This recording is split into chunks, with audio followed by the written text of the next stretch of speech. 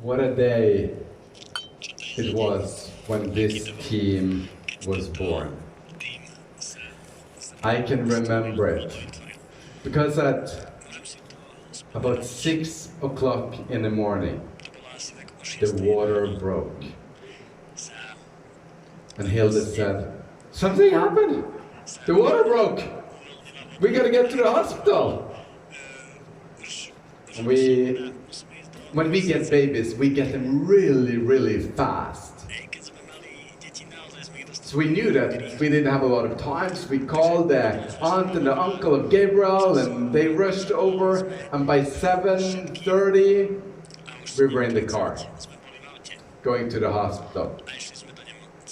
Came into the hospital, got into the hospital at about 5 minutes to 8. And then we went into the labor room, and at 8:29, the beautiful little princess, Sarah, our second child, was born. And I held her in my hand, and you know, when you get a child, it's just such an amazing experience. I was so excited about it. And she was absolutely the most adorable little princess you can ever imagine. Actually, she was so adorable that she worried me from the beginning.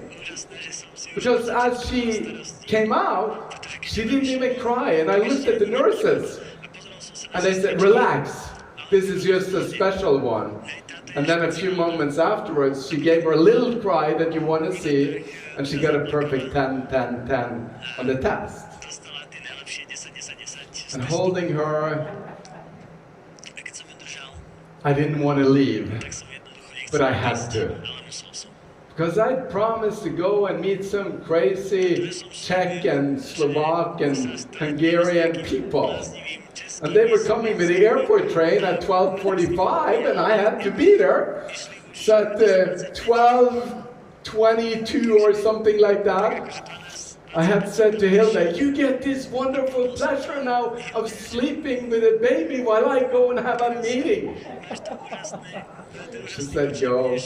And she knew because Eve had been texting her the day before, "Whatever you do, don't give birth tomorrow morning. If you need birthing help, just have Eve text you." You'll get that one later, one day when you meet Eve.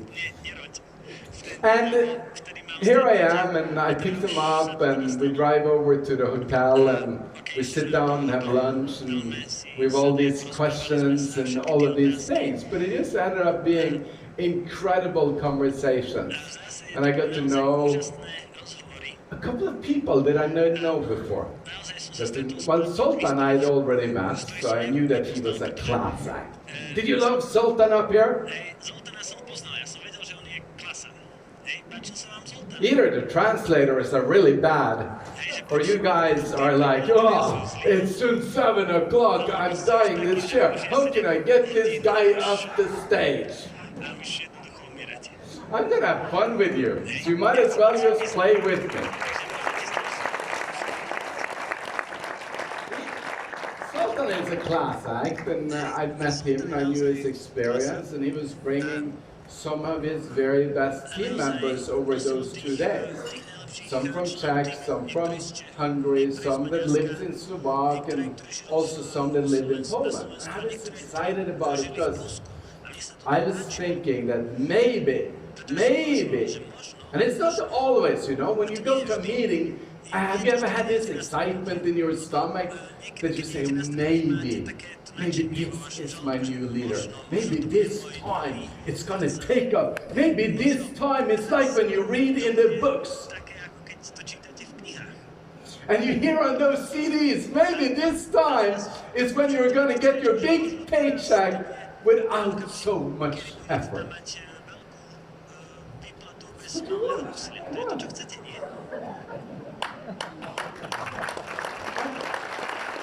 And we have those dreams, and of course I met, I call him Jan. I know that he is called different things in different countries, but for me it's Jan.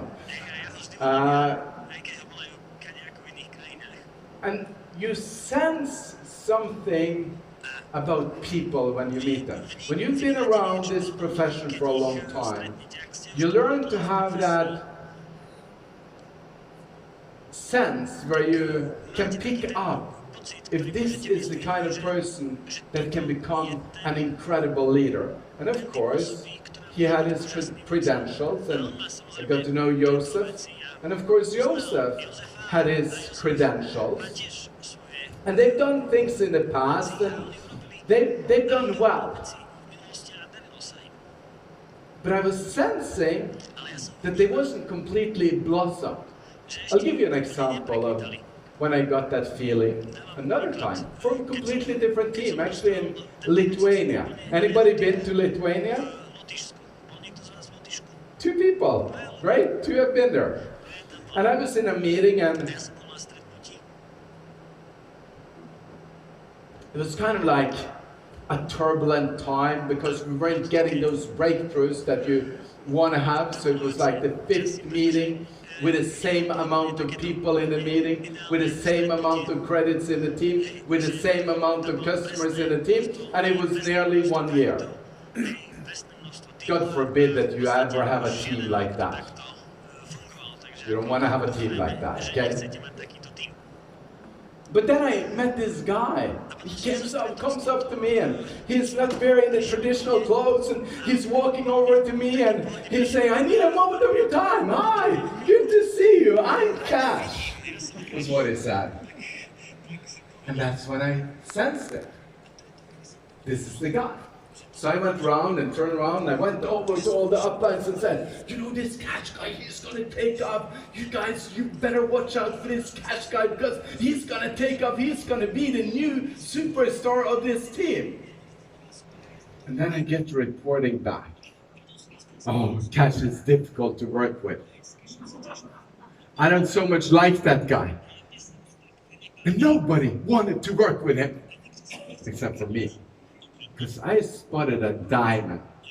And you know, when you find a diamond in nature, it doesn't come out shining like they were just shining on stage a moment ago. They come out at a stone with filled a lot of gravel around it, and then you got to spend all of your money to cut it, to make it shine. Correct? That's why it's so precious. Because it takes so much work to make it fresher. I mean, Cash is doing okay. He's an ambassador. He's got a black ambassador in his team, and he's got a bunch of royal crowns and about 30,000 customers. He's doing okay. And the people that didn't like him, they're not there anymore. That happens. Because this business is not about anything else than looking at what you've got, doing the best out of what you've got, and then focusing on growing what you've got. So some people say to me, and I just had a conversation with one girl and said, "Well, I don't have nothing." Well, you do have something, you're here. And that's something, when it's teamed up with the right leadership, and you could hear that in the diamond testimonials.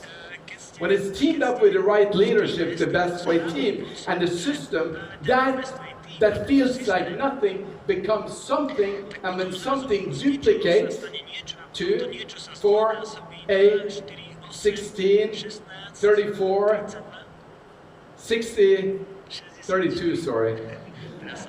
I don't know where those 2 extras snuck in. 64, 128, and then you can't just wait. "Oh, let 12 months pass. I can't wait for the refund to kick in because you've got 128 times 25, and that's a lot of customers." Exciting. Just waiting for the translators to finish out. They're doing a good job, by the way. Give the translators an applaud. This is their 7th hour.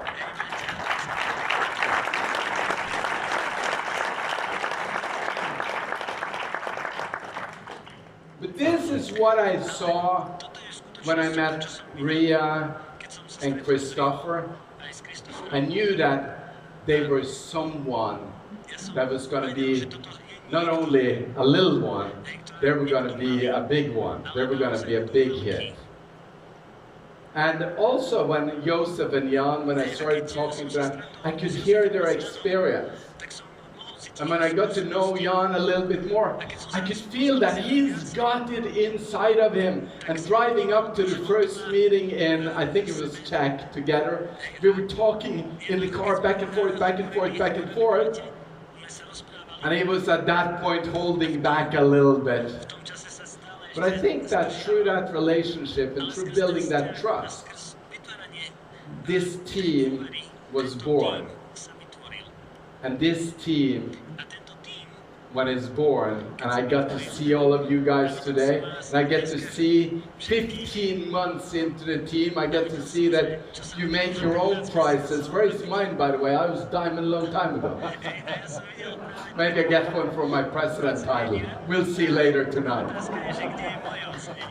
But with all of this, with all of the systems, with this great event, with the stage, and with all the people here, with all the atmosphere of greatness that is in this room, this is a perfect team. It's a 10, 10, 10.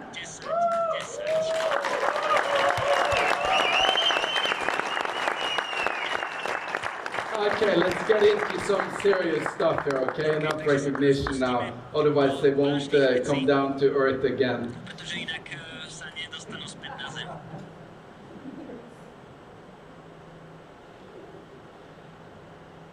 Cincino is creating a global megatrend.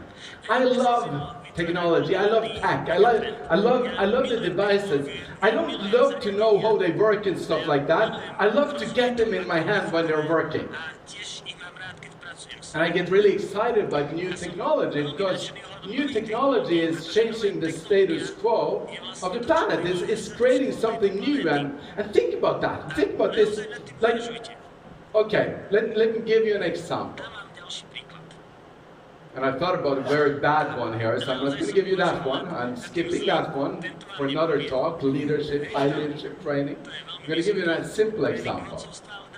If somebody leaves their house, let's say that they leave their purse, leave their wallet, leave their driver's license. Well, they think, oh, it doesn't matter that much. I'll pick it up later tonight. I'll go and pick it up later on. But if you leave your house and you forget your phone, it's an absolutely serious, crazy breakdown. You slam the brakes, you turn around, you run a red light to get back home to pick up the phone. True? And if you have forgotten that you've lost it, and you walk into the shopping mall, and you all of a sudden, you're about to have a heart attack, even though you're on balance oil. And there is a full emergency. It's like... But did you know that 30 years ago, nearly no one in this room had one like this? Well, you definitely didn't have one like this. But the early version of the cell phone, I don't know if you saw those. Those were big bricks. It's more like, I'll show you.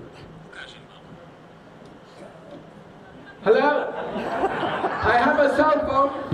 Can you hear me? The connection isn't so good, but can you hear me? Hello? That was the size of the cell phone in 1986. Then in 1991, it was down to only $1. Hello? And then in 1993, 27 years ago, I got my first cell phone. It was the Nokia, the Motorola flip-tech phone. I paid €1,000 for it. I was standing in lines to get it. And I remember my friend, when I met him, I was 17 years old, ready to go into business.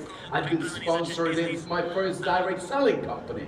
And I was going to make business. And my friend asked me, what are you going to do with that phone? What are you going to do with it? And I looked at my friend, stared him in the eyes, and I said, I'm going to make phone calls.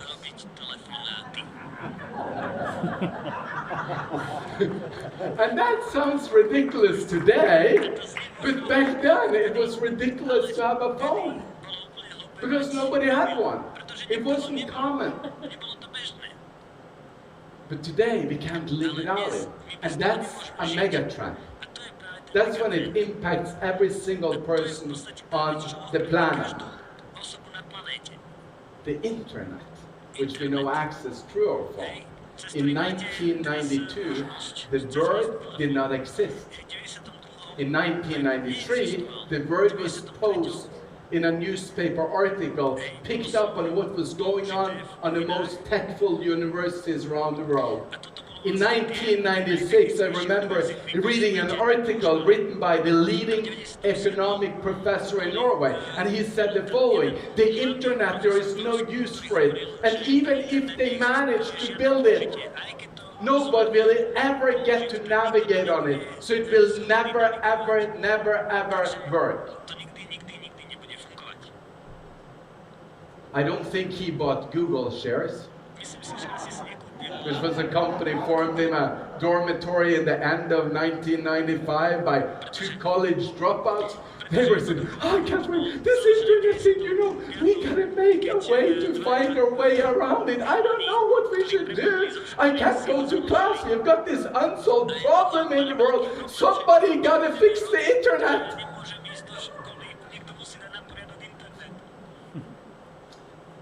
The professor from Norway, I don't know his financial status, but he's not on the Forbes 1000 list, where these 2 boys, when they're in their early 50s, is topping in the top 10 in the 10th year.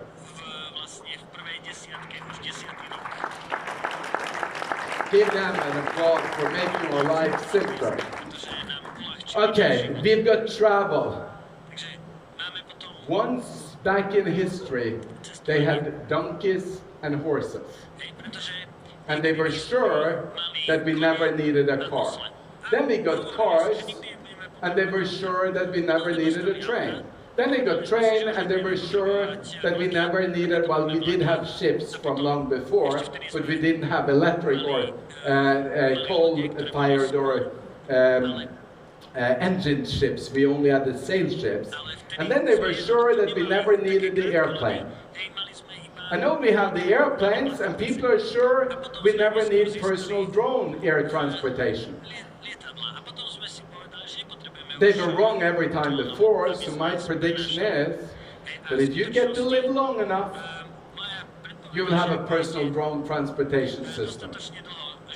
But that's the problem with me, you know. When I say stuff like that, people think I'm crazy. When I say that the technology that you use for FaceTime today is a very old technology. It was created in the 70s so that they could land on the moon. And that the new technology that was developed in the 90s is hologram communication. So I would put the phone over here, put on my super gloves, and then I'll call up Gabriel, and we'll sit and play and touch the same things, and it'll be a virtual reality feeling, so I feel that I'm playing with my kid, even if he is home in Oslo. And that's about 10 to 15 years before you have it in your cell phone. When I say that, you go, come on, go back home to Norway. That will never happen. I know how the world works. Because most people look at the past and they think that the past equals the future. It's not true. It's absolutely, there is nothing more unreal than the past. Because it's like looking at the past and saying the past will be the future is like being a person that says, we will never have electric airplanes. Oh no, that one's maybe too far from you. Let's try another one. We'll never have electric cars. Because it's only... Okay, let me give you the date.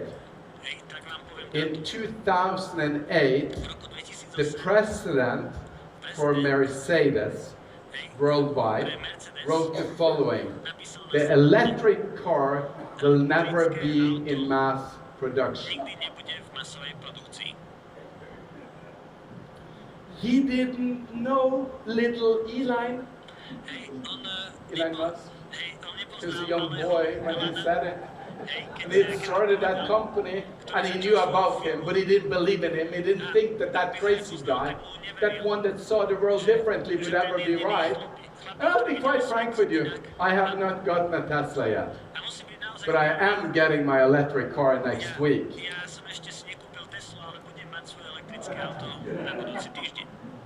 Because no, the Germans are competing. All of the different car companies are competing about making the best one.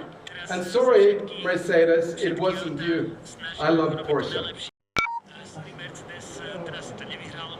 Then we could go to coffee. How it changed from regular coffee, and in Scandinavia we have the Cincinnati coffee, but you change to espressos, cappuccinos. That's a food trend. So trends happen everywhere, and all across the world, you went from regular coffee and then into the cappuccinos and the coffee lattes. And what people did not know was that there was one market that would be bigger than all